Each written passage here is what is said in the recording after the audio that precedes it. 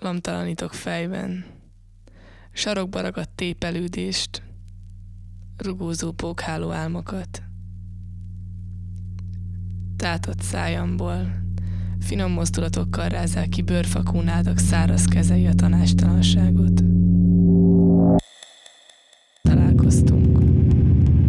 Beszélgettünk egy barna kávézóban. Miután kis szálakként kipotyogtak szavaink, tüsszentve kaptunk duzzadt torkainkhoz.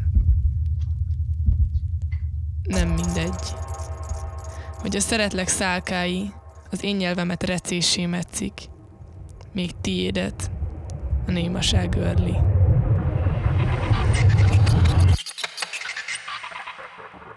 De ez az egész talán már csak felesleges építőanyag.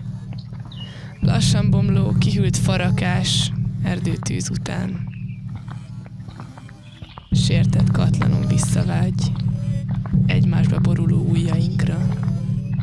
És mint a kommunizmus korgó gyárai, minden nap dolgozunk. Mégsem termelünk semmit.